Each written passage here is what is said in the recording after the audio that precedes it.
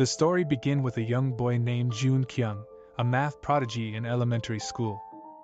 Accompanied by his older sister Bo-kyung, they head to school to pick up Joon-kyung's outstanding report card.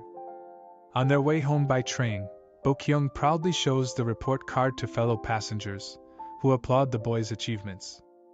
The journey takes an unexpected turn as they disembark at a distant station, walking along active train tracks, braving a dark tunnel, and narrowly escaping an oncoming train. Fast forward 6 years, Joon-kyung, now a senior high school student, dedicates himself to advocating for a train station in his village for the convenience and safety of its residents. On his first day of senior high, Joon-kyung, with the support of his sister, navigates a perilous route of bridges and tunnels to reach the nearest station.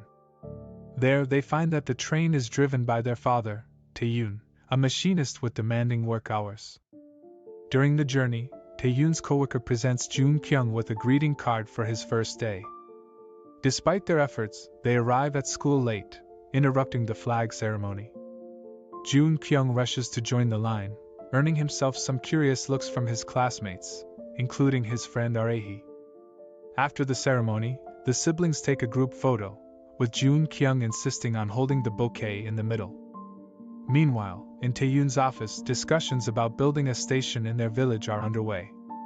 The branch head expresses skepticism due to low passenger numbers at Sungbus Station. Although Tae-yoon, being a machinist, can't do much, the head of the branch promises to make every effort to build a station in their village, emphasizing the current station's success due to residents visiting it to prevent its closure. A few months passed, and Joon-kyung found himself running late for school on the first day of exams. Despite the rush, he settled down to carefully tackle the test. The male teacher in charge, aware of Joon-kyung's genius reputation, approached his desk.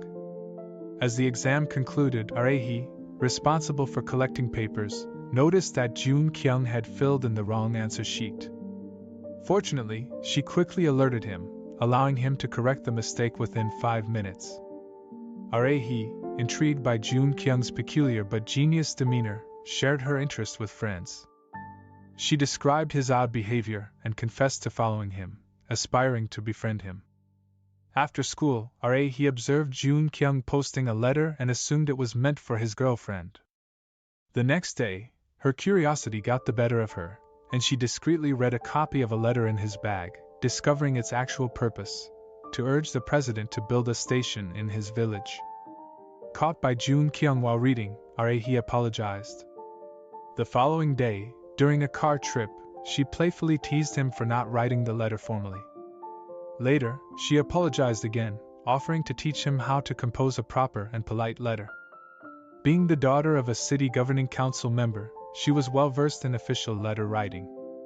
Joon-kyung accepted her offer, and they began spending time together, writing letters by the riverside. As their friendship blossomed, they completed some letters addressed to the president. Ra-hee suggested a walk, but Joon-kyung declined, citing the need to ensure the safety of residents walking through dangerous bridges and tunnels on active train tracks. Inspired by Ra-hee, Joon-kyung adopted the idea of creating a signal to warn residents of approaching trains, reducing the need for his personal assistance. Upon arriving home, Joon-kyung immediately gets to work with Bo-kyung to create a signal for warning residents about passing trains, ensuring their safety until they reach their destination. Joon-kyung's cleverly designed signal can detect vibrations to determine the proximity of an approaching train. The next morning, he takes the time to explain the functionality of the tool to the residents. At school, Joon-kyung heads to the library, where Ra-hee unexpectedly captures a photo of him engrossed in reading.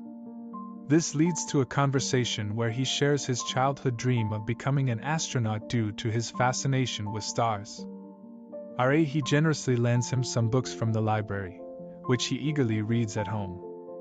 Bo-kyung interrupts, catching a glimpse of the title and realizing Joon-kyung is becoming close to a woman. The following day, Ra-hee and Joon-kyung grow closer, sharing meals in the school cafeteria. After school, she invites him to her house to watch a movie, and during an intimate scene, they appear on the verge of kissing. The next day, Joon-kyung is unexpectedly summoned by the principal to his office, where he finds Ra-hee and her father. Panicking, he apologizes for the almost kiss incident. However, it turns out that Ra-hee's father's visit is to offer Joon-kyung a chance to move to Seoul and attend a top school there to accompany Ra-hee. Back at Joon-kyung's house, Ra-hee meets Bo-kyung to seek her opinion. Bo-kyung suggests accepting the offer, but Joon-kyung remains uncertain. The next morning, Joon-kyung goes to the station to meet his father and discuss the proposal. Unfortunately, his father has to leave for work before they can talk. Upon returning home and crossing the tracks, Joon-kyung is shocked to discover that the vibration detector is broken.